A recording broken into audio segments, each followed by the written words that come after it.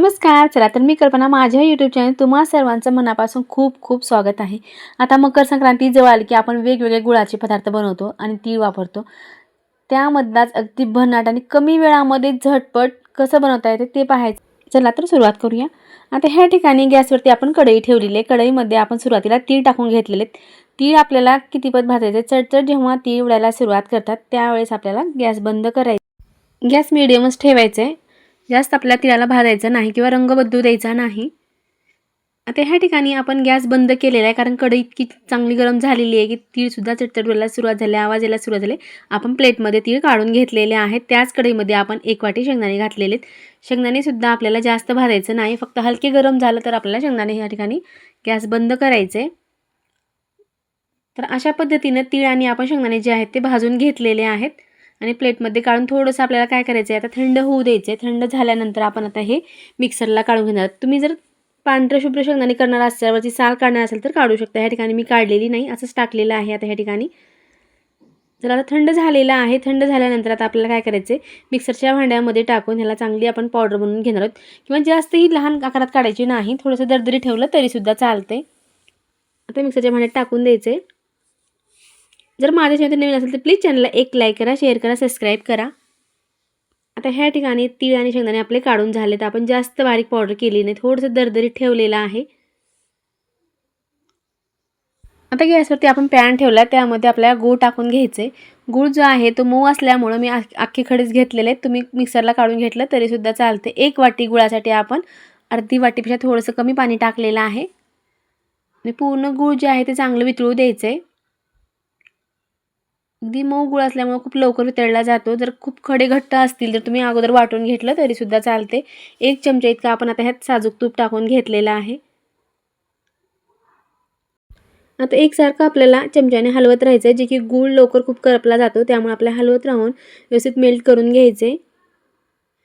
आता ह्या ठिकाणी थोडं मी खाण्याचा सोडा टाकणार आहे, जे की रंगसुद्धा चांगला येईल. अगदी छान पांढरा शुभ्र रंग गुळाचा तयार होतो. पाहू शकता ह्या ठिकाणी रंग बदललेला आहे. जर खूप नवीन गूळ असेल तर तो अगोदरच पांढरा शुभ्र असतो. अगदी छान फसफस आपला हा गूळ झालेला आहे. आता ह्या स्टेजला आल्यानंतर आपल्याला काय करायचं आहे, जास्त तार धरू द्यायचा नाही, असाच आपल्याला पाक करायचा आहे. एका वाटीमध्ये आपण थोडंसं पाणी घेतलं आहे, त्यामध्ये आपल्याला थोडंसं टाकून बघायचं आहे. जे की गोळी बनत असेल तर ह्या ठिकाणी आपल्याला गॅस बंद करायचं आहे. जर तुम्हाला कडक बर्फी हवी असेल किंवा चिक्की पाहिजे असेल तर तुम्ही कडक ठेवलं तरीसुद्धा चालते. आणि आपल्याला एकदम मुलायम आणि खूप लवकर तुटली जाईल अशी बनवायची असेल तर थोडंसं नरमच आपल्याला ह्या ठिकाणी गोळीसुद्धा तयार करून घ्यावी लागेल. आता ह्या ठिकाणी अगदी छान गोळी तयार झाली, मऊसर गोळी तयार करून घेतली, आपण कडक करून घेतलेली नाही. आणि यामध्ये आपण जे मिक्सरला तीळ आणि शेंगदाणे काढून घेतले ती पावडर आता आपण ह्यात टाकून घेतलेली आहे. एकसारखं हलवत राहायचं आहे आणि जोपर्यंत पॅन सोडणार नाही गूळ आणि तीळ आपले शेंगदाणे, तोपर्यंत आपल्याला हे मिक्स करून घ्यायचं आहे.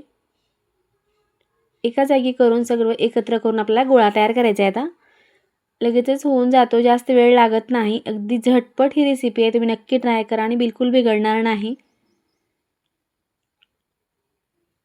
1-2 मिनिट ह्या ठिकाणी वेळ लागतो.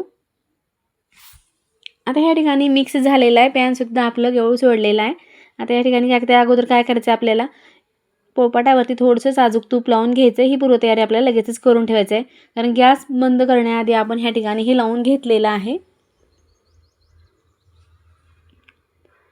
तर अशा पद्धतीनं आपण पोळपाटाला लावून घेतल्यानंतर ह्या ठिकाणी पाहू शकता अगदी छान आपलं बॅटर जे आहे ते तयार झालेलं आहे. आणि आता आपल्या पोळपाटावरती टाकून द्यायचे. आता थोडंसं आपल्याला 1-2 मिनिटाकरता थंड होऊ द्यायचं, लगेच हात लावायचा नाही. जमल तितकं आपल्याला हे पसरवून स्प्रेड करून घ्यायचे.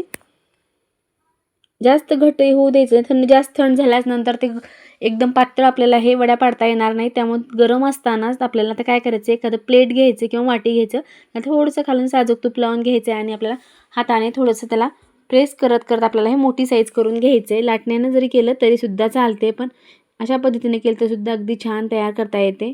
जितकं पातळ आपल्याला वड्या बनवायचं आहे तितक्या पातळ आपण हे बनवू शकतो. तर अशा पद्धतीने तूप लावल्यानंतर पाहू शकता ह्या ठिकाणी थोडंसं गरम असल्यामुळं खूप लवकर हे स्प्रेड झालेलं आहे आणि छान लाटी तयार होणार आहे. आता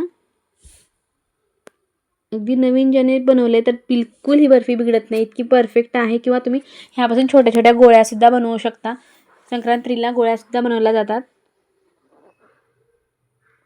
तर पाहू शकता या ठिकाणी अगदी छान आपली बर्फी जी आहे ते स्प्रेड झाली आहे. तर आता फटाफट आपण मोठी करून घेतलेली आहे. आता ह्या ठिकाणी जास्तही थंड होऊ द्यायचं नाही. लगेचच आपल्याला काय करायचं आहे, हव्या त्या आकारामध्ये आपल्याला ह्या कट करून घ्यायचं आहे. आता सुरीने किंवा तुम्ही कटरनं सुद्धा कट करू शकता. त्या अगोदर आपण ह्या ठिकाणी तीळ टाकून घेतलेले आहेत किंवा थोडं मोठं मोठं कूट टाकलं शेंगदाण्याचं तरीसुद्धा चालते. तीळ टाकल्यानंतर आपल्याला थोडंसं प्रेस करून घ्यायचं आहे, म्हणजे जे काही तीळ नंतर निघणार नाहीत, चांगले चिकटले जातील. अगदी नॉर्मल गरम आहे, आता जास्तही थंड झालेलं नाही. आता सुरीने ह्या ठिकाणी मी लहान आकारातच कट करून घेणार आहे. जसं की नेहमी आपण चक्की कट करतो त्या पद्धतीनेच ह्या ठिकाणी आता मी कट करत आहे. अगदी परफेक्ट चक्की बनवून तयार झालेली आहे. तुम्ही चक्की कसं बनवता ते सुद्धा कमेंट करून सांगा किंवा तुम्हाला मकर संक्रांती स्पेशल कुठले आणखी पदार्थ पाहिजे असेल ते सुद्धा कमेंट करून सांगा.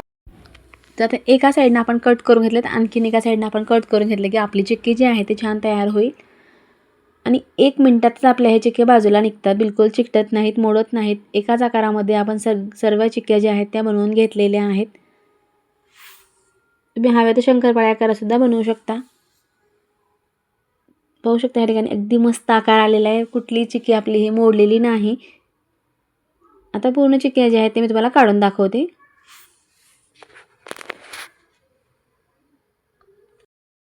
तर एखादं उलटणं घ्यायचं आणि असं अद्दर करून घेऊन आपण ह्या चिक्क्या ज्या आहेत त्या सर्व आता काढून घेणार आहोत. पाहू शकता चिक्की अगदी छान पातळ, अगदी मस्त झालेली आहे. जास्तही कडक नाही, जास्तही नरम नाही. अगदी लहानापासून मोठ्यापर्यंत सर्वांना चावणारी आहे, मुलायम आहे. तुम्ही नक्की ट्राय करून पहा.